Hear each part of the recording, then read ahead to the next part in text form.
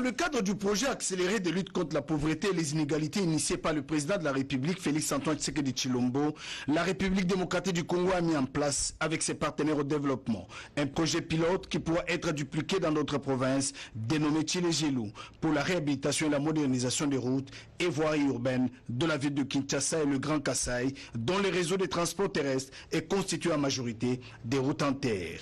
En état de délabrement très avancé, nécessitant une réhabilitation urgente.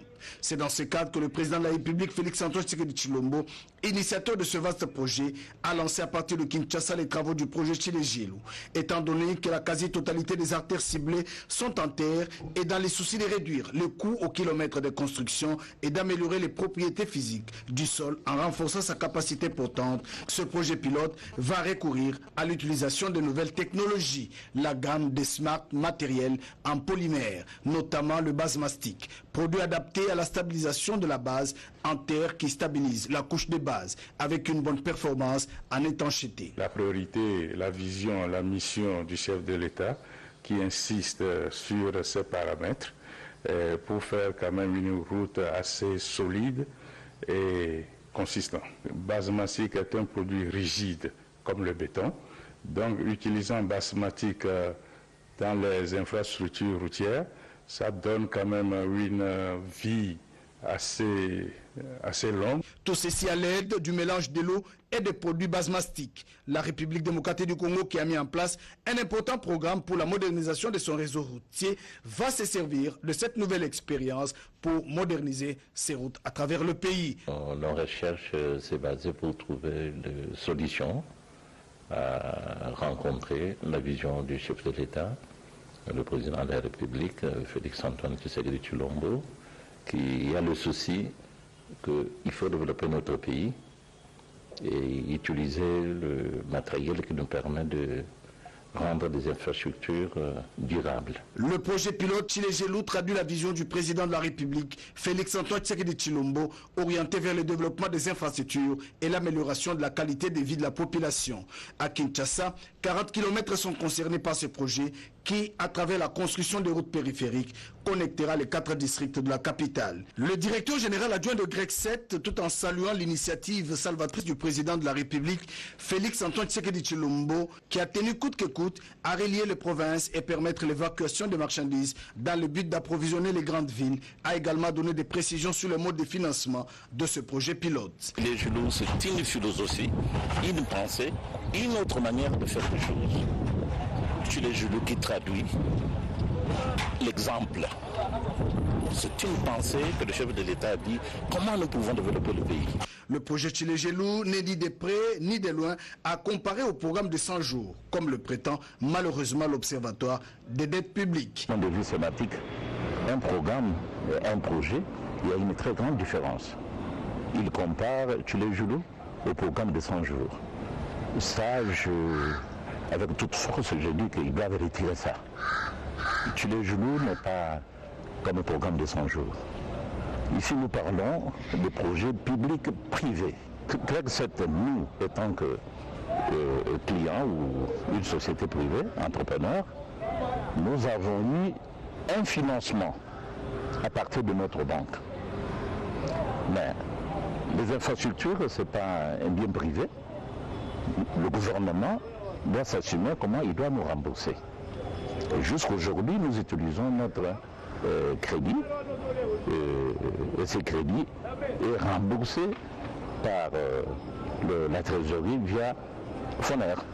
Samedi 27 mars 2021, le vice-premier ministre, ministre des ITPR, Willing Opos, a conduit une forte délégation en Bujimaï pour le lancement des travaux du projet Tshilé-Gelou. 25 km de routes sont à réhabiliter dans la capitale mondiale du diamant. Nous sommes prêts.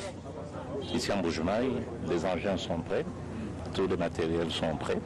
Et Tshilé-Gelou qui traduit l'exemple, ça c'est l'idée du chef de l'État qui a voulu montrer qu'il y a une autre façon de faire des choses. La population du Kasaï oriental a accueilli avec joie la délégation de GREC7, entreprise qui va exécuter les travaux.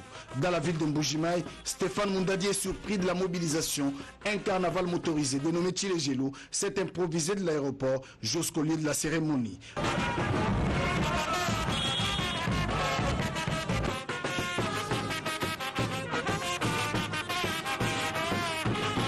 Vient enfin le tour du lancement officiel de travaux par le vice-premier ministre, ministre des Travaux publics et infrastructures, Willingo Post, sous le regard admiratif de la population.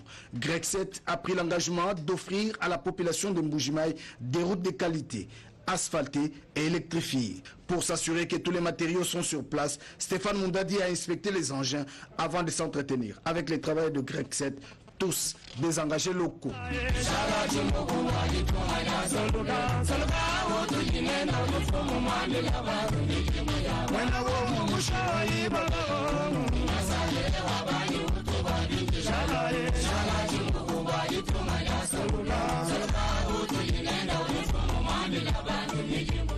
Ces travaux lancés avec fanfare par les ingénieurs chinois marquent un point de démarcation avec les anciennes routes qui ne résistaient pas aux caprices de la saison pluvieuse. Dimanche des Rameaux, pas de repos pour le directeur général adjoint de Grexet. Stéphane Mundadi a fait la ronde de la ville de Mbujimaï pour se faire une idée exacte de l'état de délabrement très avancé des routes périphériques. Une visite d'inspection sur les avenues ciblées dans le cadre du projet Chilejilou. Tout est parti de l'avenue Lusambo où les travaux de construction des caniveaux ont déjà démarré. Sur place, les travailleurs de Grexet sont à pied d'œuvre. Ce que nous faisons ici, à Kinshasa, on appelle ça le collecteur. On fait des caniveaux plus grands, presque 1,70 m sur 1,60 m, parce que le mouvement de l'eau est très important ici. Et puis collecter l'eau très loin pour que ça puisse aller jusque là où on doit les évacuer. La visite d'inspection s'est poursuivie sur l'avenue des Écoles, Odia David, Tchalamouana, Kalamba Inzevu. Stéphane Mundadi fait un constat amer et rassure quant à la bonne exécution des travaux. Du côté population, c'est la satisfaction totale, mais demande que les travaux lancés soient achevés. La société Grexet sur terrain,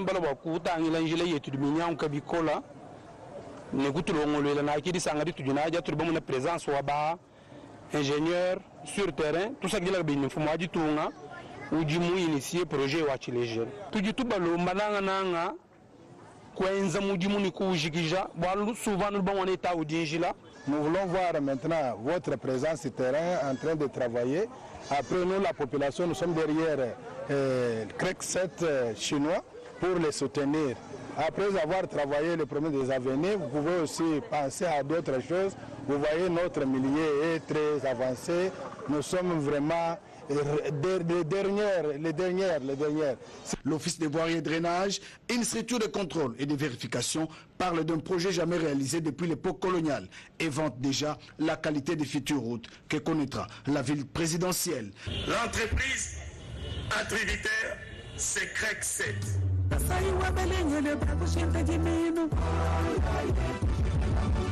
Matatu ne bama mu bansoma kujibanga bayunga mbili bakalu kusanga lubango bana be kusanga yuwe niye noye etwabwe.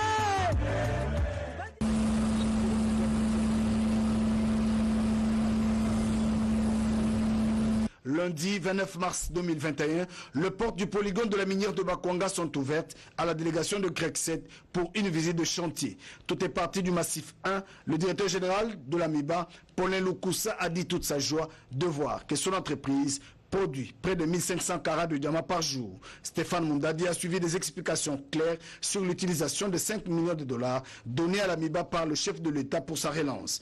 Il n'y a pas que le diamant que l'AMIBA produit, mais plusieurs gisements miniers dont l'or, nickel, chrome et le calcaire. Satisfaction du directeur général adjoint de Grexet, Stéphane Mundadi, qui rassure que le projet Chilejilou s'étendra dans le social. Vous voyez que l'AMIBA a été longtemps sans engin de production. Nous avons les chargeuses, vous voyez, il y a des pelles, il y a même un dosaire. Et ça fait très longtemps, il y a plus de 10 ans, qu'on n'a pas miné à l'AMIBA. Mais vous voyez qu'il y a quand même des travaux qui sont en chantier. Bon, alors dire mal géré par rapport à quoi? Nous étions une société qui était complètement à l'agonie. Donc quelqu'un qui était dans le coma, qui est en train de se relever, ça vient petit à petit. Alors les difficultés que nous rencontrons, ce sont les difficultés de jeunesse, quoi. Donc c'est une société qui reprend vie. Alors il y a ces difficultés-là. Nous avons besoin d'investir davantage dans l'outil de production. Le personnel doit pouvoir manger pour mieux travailler. Donc comme vous le savez, un esprit sain dans un corps sain. Donc le personnel, pour avoir tous ces esprits apaisés et travailler avec force, il faut qu'ils soient payés. Alors nous luttons sur les deux fronts. On doit payer le personnel, mais on doit aussi et également accroître l'investissement. Nous avons intérêt de joindre le président de la République qui nous a demandé qu'il faut faire tout ce qu'on doit faire dans le projet Tshilé-Djoulou. Ça veut dire qu'il faut s'investir aussi. Notre présence ici, c'est parce que nous travaillons en Bujumaï. Ce n'est pas seulement les routes. Nous voyons qu'on doit créer du travail, des emplois.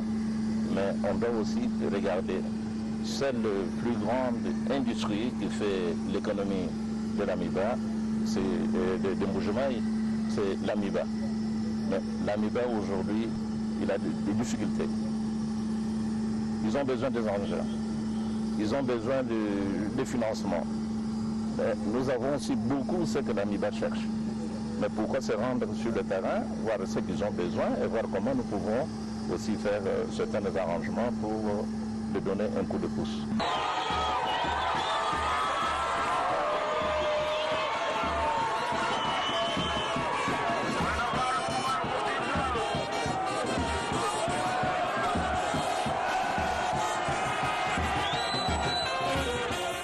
Kananga, chef-lieu de la province du Kasaï central, a constitué la deuxième étape de lancement des travaux du projet Tshilé-Djoulou.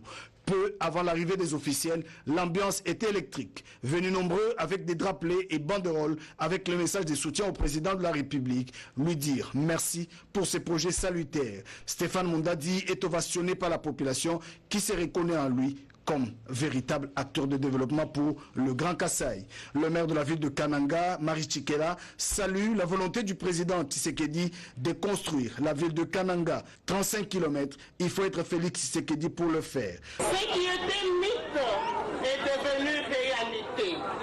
La réhabilitation et la modernisation des 35 km, la ville de Kananga est la deuxième après la province de Kinshasa. Donc nous pouvons encore applaudir pour les chefs de l'État. Le directeur de l'OVD a précisé que le financement de ces projets, c'est Grexet qui a négocié avec la banque UBA avec une ligne de crédit claire. 139 millions de dollars américains sont disponibles pour les travaux. Le vice-premier ministre, ministre des ITPR, Willing Opos, a officiellement, au nom du président de la République, lancé les travaux à Kananga à partir de la commune de Landécha sous le regard de la population. Avant de quitter la ville de Kananga, le directeur général adjoint a animé une conférence de presse avec la presse locale. Lenteur dans l'évolution des travaux sur la route Kalambambouji, l'entreprise Grexet charge le gouvernement provincial qui perçoit les péages et ne fait rien. La province a repris la route. Il a mal exploité, il a abîmé la route. On devrait maintenant revenir d'abord au point zéro. Comment vous allez asphalter une route qui est en mauvais état? Si nous nous trouvons encore au point zéro, où le gouvernement continue à bloquer la route, c'est pas Grexet. Il continue à bloquer la route. Allez-y poser la question, pourquoi il perçoit le péage? Cet argent va où? Ça devrait être destiné, parce que si on perçoit cet argent, on aura déjà passé cette étape qui est secondaire de stabilisation de la route. Et puis, on devrait maintenant intervenir. Accusé d'avoir détourné les fonds de 100 jours sans réaliser les travaux à Kananga sur la route Kalanga-Kalambambouji, Stéphane Mondadi est clair. On nous a arraché la route. Ils ont exploité mal la route. Ils ont abîmé la route. Ils ont cassé des ponts parce qu'ils ne respectent pas le nom. C'est des ponts flottants. Dans le contrat, c'était temporaire pour soulager la peine de la population. Mais on devra construire le pont bétonné ou que l'autotechnologie vous voulez, mais parce que ça prend le temps. Mais cela était le moyen plus facile pour permettre à la population au trafic. Quant au fonds de 100 jours, l'entreprise Grexet dit avoir reçu 2 500 000 dollars sur les 4 millions et il faudra, pour cela, poser la question.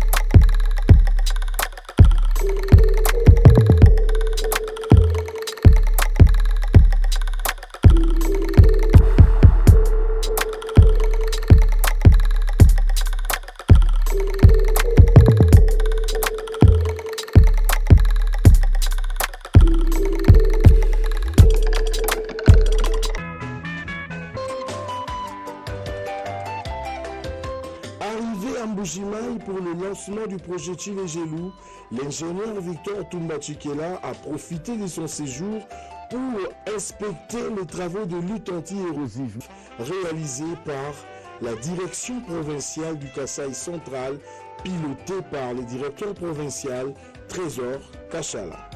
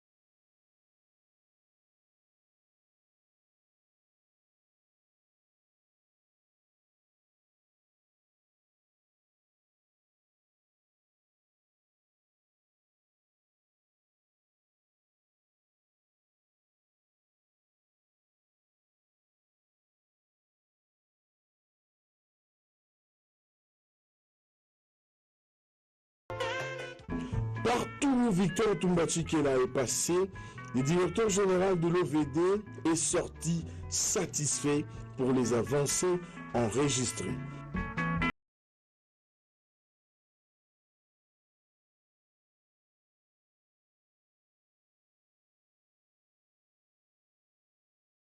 Maîtrisé, motif de satisfaction même de la population riveraine sortie en masse pour saluer cette visite du directeur général de l'OVD dans cette partie de la République démocratique du Congo.